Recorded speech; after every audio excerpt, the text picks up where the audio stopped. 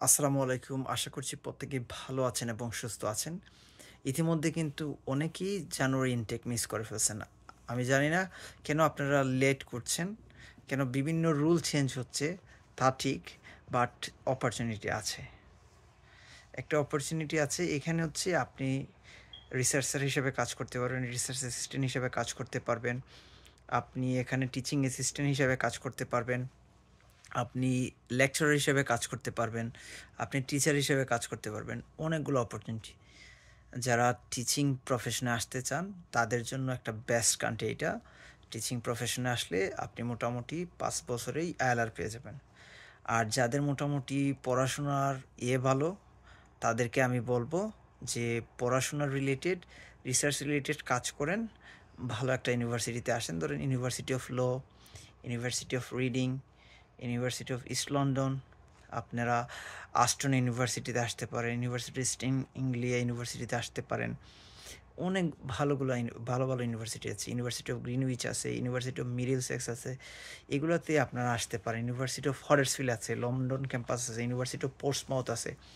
এই যে ইউনিভার্সিটিগুলোতে আছে, আপনি যদি চিন্তা করেন যে আপনি আপনার কেরিয়ারটাকে একটু ভালো দিকে নিয়ে যাবেন, শুধুমাত্র চিন্তা করেন না আপনি কোনোভাবে ইউকেতে আসবেন আর পরে পার হয়ে যাবেন, এইটার আসলে ভুল ধারণা।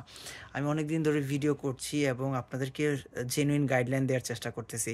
অনেকেই কিন্তু আমার থ্রুতে অ্যাপ্লাই করেছেন, এখনও চলে আসছেন। আলহামদুলিল্লাহ, যারা আসছো তোমাদেরকে ওয়েলকাম, এবং তোমাদের জন্য যতটুক পারি তোমরা জানো আমি কিন্তু এতদিন পর্যন্ত সব কাজ করে দিছি, তোমাদেরকে জবের জন্য হেল্প করছি।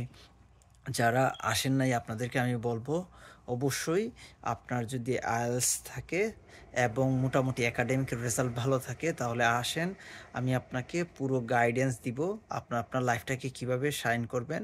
কেরিয়ার ফোকাস স্টাডিজ যদি আপনি করতে পারেন, ধরেন মাল্টিপল অ্যাক্টিভিটিস, আপনি অ্যাক্টিভিটিসগুলোতে আপনি একটু ভালো, পাশাপাশি আপনি রিসার্চ আন্ডারস্ট্যান্ডিংটা ভালো, আপনি রিসার্চ বুঝেন, স্টুডেন্ট পড়ানোর অভিজ্ঞতা আছে, দেশে যারা পড়ানোর অভিজ্ঞতা আছে তাদেরকে বলবো এখানে আসতে পারেন।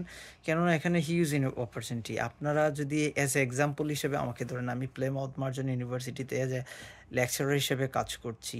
সো এটা যাচ্ছে এখানে কথা না, কেমন? সো এখানে অপরচুনিটি আছে, নিজেকে প্রুভ করতে হয়। এখন কি করতে হবে? এখন আইএলস যদি থাকে আপনাদেরকে বলবো মেইন টেক জুন অথবা জুলাই, এই যে 2-3টা মাস আছে, এই 3টা মাসের মধ্যে অনেকগুলো ইনটেক আছে। বিলিভ মি, ভালো পড়াশোনা করেন তাহলে কিন্তু আপনার জন্য খুব ইজি হবে লাইফ ইউকে। এটা not UK, Australia, Canada, France, যেখানেই যান না কেন ইজি হবে।